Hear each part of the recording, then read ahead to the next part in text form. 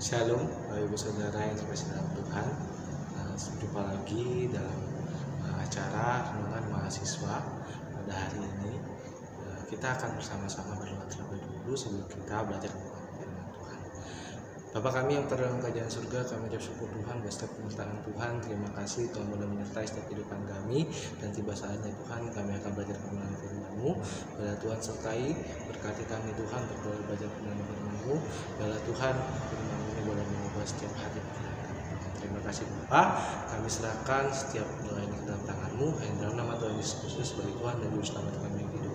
Doa dan ucap syukur. Haleluya. Oke, Bapak Ibu Saudara sekalian, kita hari ini akan belajar kebenaran firman Tuhan dengan judul penantian akan jawaban Tuhan. Nah, jadi firman Tuhan ini terambil dari Yohanes 5 ayat 1 sampai 9.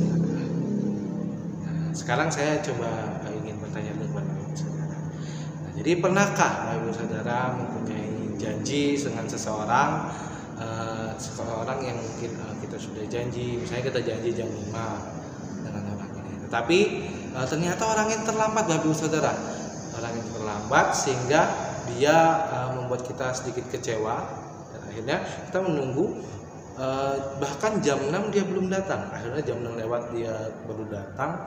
Dan bukankah keadaan itu mengesalkan Bapak Ibu Saudara? Jadi Bapak Ibu Saudara, itu adalah suatu penantian kita ketika kita menanti seseorang yang sudah janjian sama kita, yang sudah punya janji sama kita. Nah, pada saat ini kita akan mencoba belajar, kita akan mencoba melihat bagaimana ketika kita berdoa kepada Tuhan, kira-kira atau kita ada permohonan kepada Tuhan, kira-kira bagaimana jawaban Tuhan itu meminta kita untuk menantikan jawaban itu. Nah, hari ini kita akan belajar di dalam Yohanes 5 ayat 1 sampai 9. Saya akan bacakan kepada Bapak Saudara ya. Jadi di sini judul perikop yang diberikan LAI yaitu penyembuhan pada hari Sabat di kolam Bethesda. Sesudah itu ada hari raya orang Yahudi dan Yesus berangkat ke Yerusalem. Di Yerusalem, dekat pintu gerbang domba, ada sebuah kolam yang dalam bahasa Ibrani disebut Bethesda. Ada 5 serambinya, dan di serambi-serambi itu berbaring sejumlah orang sakit, orang buta, orang-orang timpang, orang-orang lumpuh yang menantikan goncangan air di kolam itu. Sebab sewaktu turun malaikat Tuhan ke kolam itu dan menggoncangkan air itu, barang siapa yang terdahulu masuk ke dalamnya sesudah goncangan itu menjadi sembuh, apapun juga penyakitnya. Di situ ada seorang yang sudah 38 tahun lamanya sakit. Ketika Yesus melihat orang itu berbaring di situ, dan karena ia tahu bahwa ia telah lama dalam keadaan seperti itu, berkatalah ia kepadanya, "Maukah engkau sembuh?" Jawab orang itu kepadanya, "Tuhan, tidak ada orang yang menurunkan aku ke dalam kolam itu apabila airnya mulai goncang, dan sementara aku menuju ke kolam itu, orang lain sudah turun mendahului aku." Kata Yesus kepadanya, "Bangunlah, angkatlah tilammu dan berjalanlah." Dan pada saat itu juga sembuhlah orang itu, lalu ia mengangkat tilamnya dan berjalan. Nah, jadi di sini Bapak Ibu Saudara, kita belajar dari seorang sosok orang yang sakit ini yang disembuhkan oleh Yesus. Kita akan belajar beberapa hal dari orang ini. Jadi ada 2 hal yang akan kita pelajari, bagaimana ketika kita memiliki penantian akan jawaban dari Tuhan atas setiap permohonan kita, atas setiap permintaan kita. Bagian pertama yaitu berharap kepada Tuhan. Jadi kalau kita baca tadi di ayat 5 Bapak Ibu Saudara, saya akan ulangi. Di situ ada seorang yang sudah 38 tahun lamanya sakit. Nah, di sini Bapak Ibu Saudara, waktu orang ini sakit itu selama 38 tahun Bapak Ibu Saudara. Bisa dibayangkan apa yang mungkin dipikirkan atau mungkin apa yang menjadi pergumulan orang ini Bapak Ibu Saudara. Mungkin orang itu mengalami kecewaan Bapak Ibu Saudara. Dia kecewa akan keadaannya, atau mungkin dia putus asa akan keadaan yang dia boleh terima. Atau mungkin bisa juga ketika dia menghadapi semuanya itu karena dia berpikir kayak gini, kok tidak ada yang membantu saya untuk bisa masuk ke dalam kolam tersebut. Dan bahkan kalau kita renungkan lagi, ada satu hal positif yang mungkin dia dalam pikiran orang ini, yaitu dia selalu memiliki pengharapan. Bagaimana tidak Bapak Saudara, 38 tahun itu lama Bapak Saudara. Jadi dia memiliki menggunakan waktu 38 tahun itu untuk terus berharap supaya dia bisa sembuh Bapak Ibu Saudara. Makanya dia masih di sana. Dan bisa dibayangkan kalau ketika menunggu sampai 38 tahun segitu Bapak Ibu Saudara, tentu saja dia pasti percaya bahwa ada pertolongan dengan segala keterbatasan yang dia miliki. Di sini ketika kita bicara tentang keterbatasan, bukankah kita juga memiliki keterbatasan Bapak Ibu Saudara? Nah, jadi mungkin bagi Bapak Ibu Saudara yang mungkin mempunyai kerinduan untuk memiliki anak, tentu kita ada keterbatasan fisik, misalnya dokter menyatakan bahwa kita tidak punya anak atau mandul atau yang lainnya Bapak Ibu Saudara. Nah, jadi juga ada contoh lain, misalnya ada orang yang menantikan pasangan hidup, tetapi tentu saja dia mempunyai misalnya keterbatasan untuk sosialisasi dengan orang lain.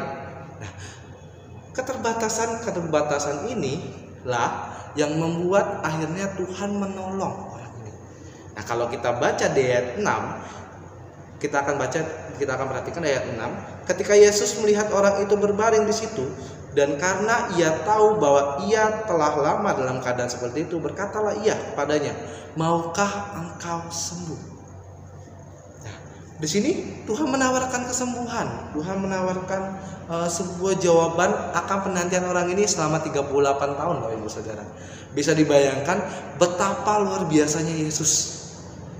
Yesus melakukan itu.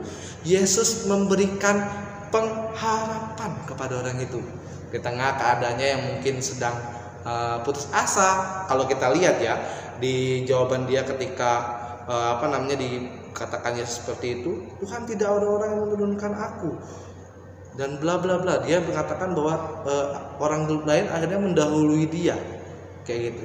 Dan itu Bapak Ibu Saudara bisa bayangkan bagaimana rasa kecewa, rasa putus asa yang dimilikinya. Tapi ketika Yesus datang ke situ, dia memberikan pengharapan.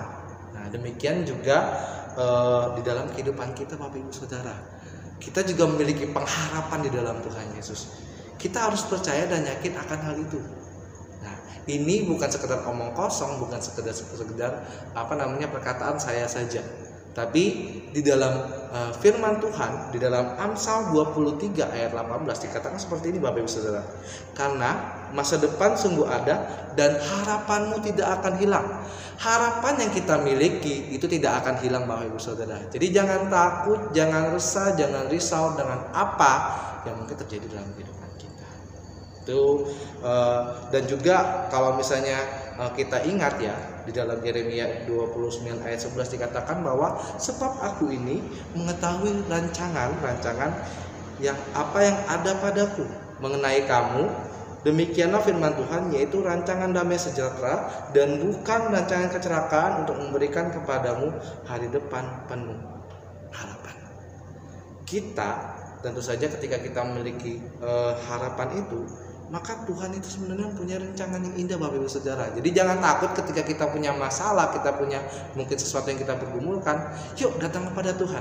Kita menaruh pengharapan kepada Tuhan.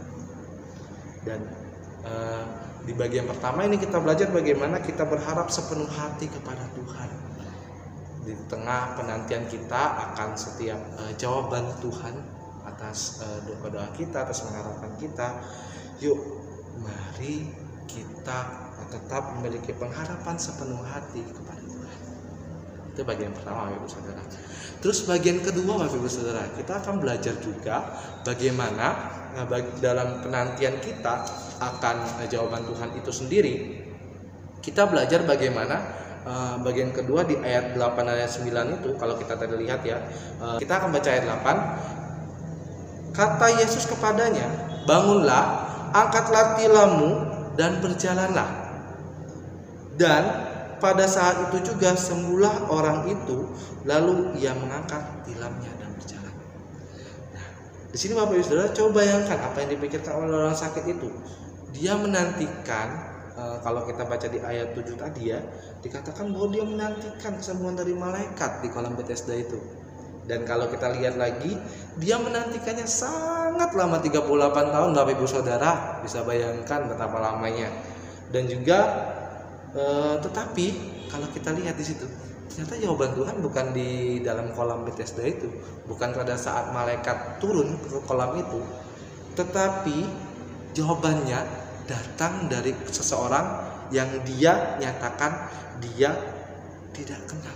Saudara, kalau kita lihat di dalam ayat yang ke-12 dikatakan mereka bertanya kepadanya, siapakah orang itu yang berkata kepadamu, angkatlah tilam dan berjalanlah. Nah, di ayat ke-13 kata jawaban ini, tetapi orang yang baru sembuh itu tidak tahu siapa orang itu, Bapak Ibu Saudara. Bahkan dia tidak mengenal siapa yang menolong dia. Dan kalau kita lihat ketika kita mungkin mempunyai doa, kita punya harapan, kadang jawaban Tuhan itu tidak seperti yang kita bayangkan, tidak seperti yang kita mungkin pikirkan dalam pikiran kita. Karena Bapak Ibu Saudara, kalau kita lihat ketika dalam kehidupan kita harus menyadari, ya. Nah, jadi ada kebenaran firman Tuhan dalam 1 Yohanes 5 ayat 14 berkata seperti ini. Dan inilah keberanian percaya kita kepadanya, yaitu bahwa Ia mengabulkan doa kita jikalau kita meminta sesuatu kepadanya menurut kehendaknya. Nah, jadi ketika kita minta sesuatu, kita tidak boleh egois, kita tidak boleh memikirkan diri sendiri, tapi kita memikirkan bagaimana kita menaruh harapan kita itu kepada kehendak Tuhan dalam hidup kita. Dan jadi mari ketika kita tahu akan hal itu, kita menjadi anak-anak Tuhan yang bisa bersyukur atas setiap jawaban Tuhan apapun itu. Dan bahkan Bapak Ibu Saudara, kalau misalnya saya mau menggambarkan sedikit kepada kita semua, di sini ada sebuah gambaran tentang seorang anak kecil. Jadi seorang anak kecil ini biasanya kalau kita mungkin Bapak Ibu Saudara yang punya anak, atau Bapak Ibu Saudara yang saudara-saudara mungkin yang punya adik-adik yang masih kecil, pasti mereka itu rewel ketika minta sesuatu. Nah, mereka minta sesuatu, misalnya anak ini berumur 3 tahun. Dia berumur 3 tahun, dia minta dibelikan mobil sport, Bapak Ibu Saudara. Nah, pertanyaannya, apakah Bapak Ibu Saudara akan memberikannya? Tentu saja tidak, ya. Kita tahu apa yang terbaik untuk anak-anak itu. Kita tahu, walaupun kita punya uang, kita bisa membelikan, tapi bukan saatnya dia untuk memiliki itu. Nah, demikian juga dengan kita, Bapak Ibu Saudara. Kadang kita tidak sabar dengan rencana Tuhan, tapi sadarilah ketika kita berdoa, kita memohon kepada Tuhan, menyampaikan harapan kita, ketika jawaban Tuhan tidak terduga itu yang diberikan, itu sudah sesuai dengan rencana Tuhan. Jadi kita harus menyandarkan diri kepada rencana Tuhan tersebut. Nah, kesimpulannya Bapak Ibu Saudara yang terkasih dalam Tuhan, dalam penantian akan jawaban Tuhan, milikilah pengharapan kepada Tuhan dengan sepenuh hati dan meminta jawaban yang sesuai dengan kehendaknya, agar hidup kita, hidup saya dan saudara berkenan kepadanya. Jadi mari kita milikilah pengharapan kepada Tuhan dan lakukanlah doa yang kita meminta supaya kehendak Tuhan terjadi dalam setiap kehidupan kita. Mari kita menjadi anak-anak firman Tuhan dan kita mengimani bahwa firman Tuhan menjadi pedoman dalam hidup kita. Mari kita bersama doa. Bapa kami yang telah dalam kerajaan surga, kami ucap syukur buat setiap penyertaan-Mu atas belajar kebenaran firman Tuhan hari ini Tuhan. Biarlah Tuhan tolong sertai kami dalam memahami kebenaran firman Tuhan ini dan melakukannya dalam kehidupan kami. Kami serahkan Tuhan setiap kebenaran firman Tuhan itu dalam tangan-Mu. Hanya di dalam nama Tuhan Yesus Kristus sebagai Tuhan dan Juru Selamat kami hidup, kami sudah berdoa dan mengucapkan syukur. Haleluya. Selamat siang, Tuhan Yesus berkati kita semua.